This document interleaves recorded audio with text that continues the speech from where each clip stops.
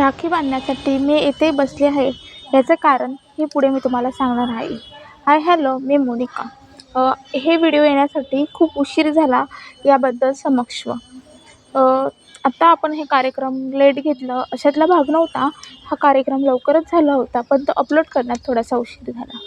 कार्यक्रम म्हटलं की थोडीफार धावपळ होते आणि त्याचमुळे थोडासा उशीर झाला होता. बालपणीचे ते दिवस आठवतात मोठे झाल्यावर. बहीण भावाच्या नात्यातील खोडकेरपणा, रुसवे फुगवे आठवणीच्या खजिन्यात राहतात जन्मभर. असाच काहीसा होता तो क्षण. नाते बहीण भावाचं, प्रेम आमचं सर्वांचं.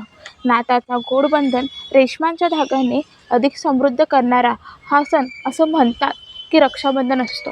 धागा जरी असला तरी तो भावाला बांधलेला एक बहिणीने मोठं म्हणजे जिच्याशी आपलं संरक्षण करणार याची खात्री असलेला धागा, तो म्हणजे रक्षाबंधन. राखी हा धागा नाही नुसता, तर हा विश्वास तुझ्या माझ्यातला भाऊराया. आयुष्यात कुठल्याही क्षणी, कुठल्याही वळणावर, कुठल्याही संकटात तू माझ्यासोबत असलेल्या वचन दिलेल्या शब्दांवर हक्काने तुला हाक मारणार विश्वास आहे माझा तुझ्यावर भाऊराया. धावत येशील ना त्या द्रौपदीचा कृष्ण सारखा या कलियुगाच्या दुनियामध्ये येशील ना भाऊराया, असं दिलेलं वचन म्हणजे रक्षाबंधन. यजमान आणि यमुना याबाबतची तुम्हाला गोष्ट माहिती आहे की नाही माहीत नाही, पण बोलतात की यजमान आणि यमुना हे भगवान सूर्यदेव यांचे पुत्र होते. जेव्हा राखी म्हणजे ते दोघं पण वेगवेगळे राहायचे, तेव्हा तो म्हणजे याच्यात बोलतात ते कशात, यमराज म्हणजे दुनियामध्ये म्हणजे स्वर्गामध्ये राहायचा. आणि तेव्हा त्याला तिच्या बहिणीला म्हणजे यमुनेला यमराजाची आठवण यायची. तेव्हा ती बोलायची की यमराज भेटायला आले पाहिजेत मला.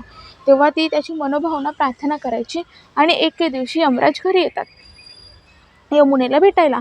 आणि तेव्हा ते घरी येतात तेव्हा ती त्यांना सहभोजन देते, चांगलं जेवण देते. जेवण केल्याच्या नंतर राखी बांधते आणि तेव्हा यमुना म्हणते, दादा राखी बांधून घेते.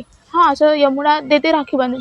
आणि जेव्हा यजमान यमुनेला म्हणतात की यमुना तुला सांग बघू काय पाहिजे, तू बोलशील ते मी तुला द्यायला तयार आहे. तेव्हा यमुना म्हणते यजमानाला की दादा मला काहीच नको, पण प्रत्येक मुलीचं संरक्षण करणारा भाऊ हवा. प्रत्येक मुलाने चांगल्या नजरेने बघणारा भाऊ हवा. म्हणजे जिथे बहिणीला हक्काची गरज असेल तिथे भाऊ हवा. नको संपत्तीसाठी, नको कोणत्याही कारणासाठी दुजाभाव करणारा भाऊ नकोय, पण तिला सगळ्यामध्ये आपलंसं करून घेणारा आईनंतर दुसरा भाऊ हवा, असं तिचं म्हणणं असतं. आणि ते बघून त्याचे डोळे पाणावतात. असंच आम्ही एक कार्यक्रम करण्याचा प्रयत्न केला क्लासमध्ये. कसं आहे, थोड्याफार गमती झाला, थोड्याफार हास्य मजेत झालं, पण सेलिब्रेशन झालं खूप छान. आणि या पुढचे व्हिडिओ पाहण्यासाठी तुम्ही चॅनलला नक्की सबस्क्राईब करा. आणि थोडा व्हिडिओ लेट झाला त्याबाबत खरंच सॉरी. आणि आता या पुढचे रेग्युलर व्हिडिओ येत राहतील याची दक्षता देते तुम्हाला. आणि हां, कारण म्हणजे मी रक्षाबंधनला बसली, कारण आता मुलं कमी होते आणि त्या दिवशी मुलं आली होती पूर्ण, पण पेपर असल्यामुळे